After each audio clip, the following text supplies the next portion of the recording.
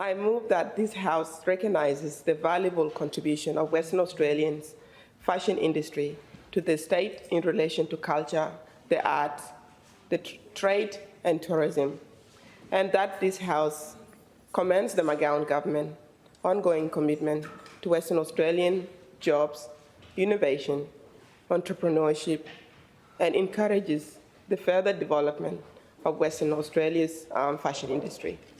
And the question is that that motion be agreed. I give the call to the Honourable Ayor McCourt-Chewott. Thank you, Acting President. I rise today to talk about the valuable contribution of Western Australia's fashion industry to our state in relation to culture, the arts, trade and tourism. We all come to this place offering our unique perspective on things, and the fashion industry is very close to my heart, as we all know. I have many positive things to talk about fashion. Before becoming the member for North Metropolitan, I enjoyed a successful modelling career, Acting President. I won Face of Perth 2010, the first South Sudanese model to walk the traditional Perth Fashion Festival. I remembered when I used to be a model, my hair used to get shaved. That was my look. I have appeared in many local magazines. I have walked many runways in Australia and internationally. After modeling career, I ran local fashion events and an agency that promoted women's and diversity in the industry. I work with WA's brightest creative and culture makers, talented, hardworking fashion designers, models, stylists, photographers, event organizers, and others who are amongst the best at what they do in Australia and the world. On behalf of the McGowan Government, I commend them all for the contributions to our society. Australians' fashion and textile industry is large, diverse, and globally connected. In 2020 statistic and 2021, it contributed more than $27.2 billion to the national economy. That's brilliant. And $7.2 billion in export revenue. It contributed $2.3 billion to the WA economy.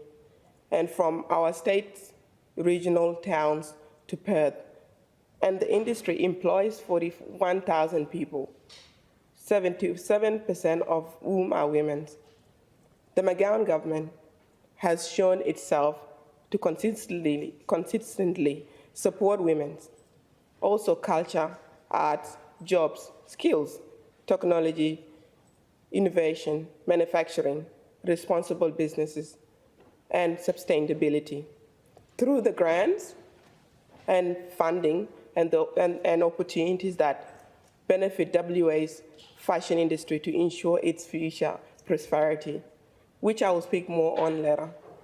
Designers, manufacturers, wholesalers, retailers, educators, also businesses that benefit indirectly from fashion like tourism, events, media, have faced big challenges during the COVID-19 pandemic. However, the industry is resilient and emerging with a new business model, local, sustainable, and digital. Here are examples from what the community can say, and I would like to share with you some of the people that I have visited recently. In February, I visited Denise Whitsed at her factory in West Littlefield, where she and her team manufacture for many WA designers. At Whitman Clothing, business is booming. In fact, Denise can't keep up with the demand. Every week, she's knocking business back, even during pandemic, especially during pandemic. Why is that? Because more and more customers care about where their fashion comes from, how it is constructed, by whom, and under what conditions. They want to buy local. Established designers prefer having their garments made locally. It is great for branding and logistics. Local means quality and reliability. Local means Australian made and it sells. Also, WA fashion designers are doing well online. I'm proud to say the McGowan Government allocates grants to designers for their online businesses and brands, opening them to global markets. This online visibility has resulted in excellent sales during the pandemic, contributing to Whitman Clothing's success. Over 30 years' experience, Denise Whitsed is an expert in the industry. She's grown to networks working with WA top designers, one of them being Morrison, One Fell Swoop, Ruby Watkins, Natalie Roth, Bentonic, and others.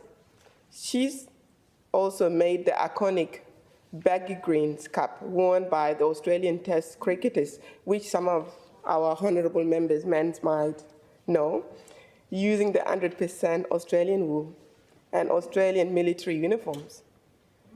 One of the best decisions Denise made was purchasing her own business premises 25 years ago, divided it into two spaces. The front is leased to a successful fashion retailer, Art with Audrey, and Whitman Clothing occupies the back.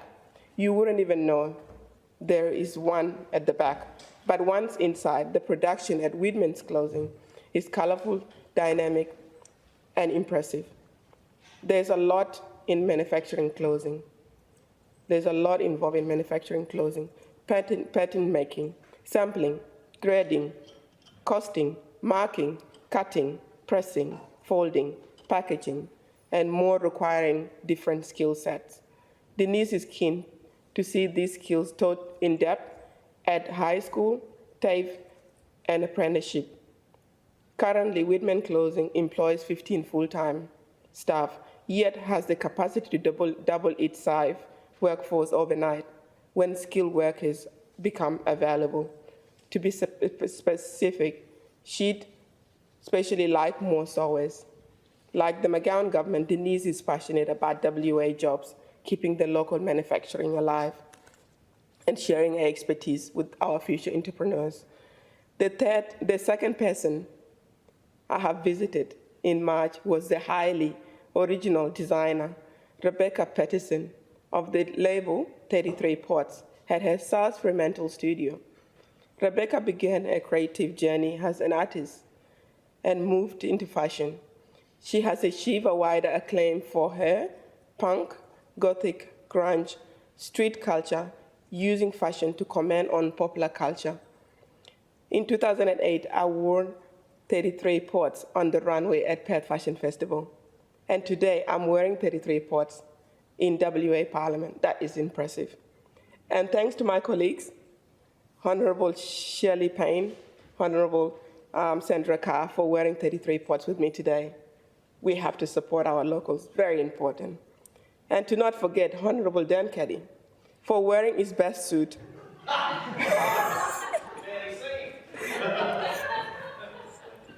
For wearing his best suit to support me. I really acknowledge you, Honourable Dan Caddy, and everybody in this Parliament, all the honourable members who are fashionable today, thank you. As you can see, Rebecca incorporates traditional clothing techniques from Japan and India, the rabari in her beautiful designs. She hand dyes her own shiburi scarf in a vat at a rate of about 2 a day, using a technique learned from renowned Japanese textile designer Junichi Arai, who has worked with the great Japanese, including Heishi Maiki and Rei Kawakubo, very difficult name. Her works plays with text and experimental textiles and has been collected by the leading museum, including the National Gallery of Victoria in Melbourne, Power Museum in Sydney, and Tom Worth Textile Gallery in New South Wales. Across the globe, she has been exhibited in Japan, Korea, United Kingdom, United Arab Emirates, and Europe. Rebecca values originality, experimentation, and slow fashion. Her design work are not driven by trends, or rather imagination and identity, and artistry, traditional clothing making over disposal garments. She believes deeply the global competitiveness of the WA fashion industry. It is integrity, longevity depend upon it. Further, for the example, great potential of WA fashion, Rebecca referred us to past and present, to the iconic Ruth Tiberius, whom I have worked with during my young days, and indigenous textile artists. You may like to visit the spectacular 400 million WA Museum, Bola Bades, reopened by the McGowan Government in 2020 to see inspirational Ruth Tiberius collection, Australian first designer to ever export, and to look in our state dynamic north at crucial time in development of fashion and textile design in Indigenous Australia. In Kimberley, there are frequent requests of Indigenous artists, works for printing, fashion, and fabrics, and exciting collaboration between fashion brands such as Kirikan, Antipondium, and Gorman. With 30 years experience in fashion, Rebecca Paterson has abundance of knowledge and experience of generosity. She has taught textile fashion at several universities, including Edith Cowan. With the right support, she could valuable support us in the community and provide internship to the future generation of Western Australians. The third person I have visited recently is a highly talented designer, Kylie Radford, respected label Morrison. At her bustling Fremantle studio / factory, Kylie opened her first store in 2002, creating clothing from the luxurious natural fibers. The label is a multi-award winner, achieving over 100 million of sales. Morrison employs more than 75 people. That is really impressive. And it's a market focus on Australia and New Zealand. It operates 9 retailers outlets, an online store into which is greatly investing at present, plus wholesale to more than 70 retailers and 28 David John stores. It is also sell to the iconic, a leading online fashion and lifestyle retailer. Like many businesses, Morrison has faced challenges during the pandemic, having closed 75% of its brick and mortar shops. Government payment enabled Kylie to hold on into her staff. She has seen reopen her shops. I'm proud that the McGowan government has invested $1.6 billion to assist WA businesses through the pandemic. In fact, business is booming at Morrison, which attributes to its latest success to epic customer-driven online purchasing. There are big opportunities for fashion industry in WA through digital technologies and innovation. Last month, Melbourne Fashion Festival is an example where audience made runway purchase from the seats. That's amazing, something we should see here. Most of the Morrison production is based in WA, yet of manufacturing, most of the manufacturing goes overseas. Kylie is open to manufacturing more of her garments here, should the industry develop into economical viable option. Most clothing manufacturing in Australia are of uniforms. Promisingly, 80% of customers wants to buy Australian made. Proudly, the Western Australia moving from Tasmania in 90s, raising a family here. Kylie Radford mentors WA students with aspirations. With the support of government and bigger premises, she could increase her workforce substantially, sample machining, patterning, and wholesaling, and provide more local opportunities. I'm pleased to share WA designers may apply through the Department of Culture and Art commercial developmental category in plus 15,000 and under 15,000 grand to undertake range activities. These include, not limited, attending trades and promotion and launch a new line and website updates. I have left the best for the last, a seed, an exciting entrepreneur optimism that has developed during the pandemic and is the spirit of a renewal since a new year.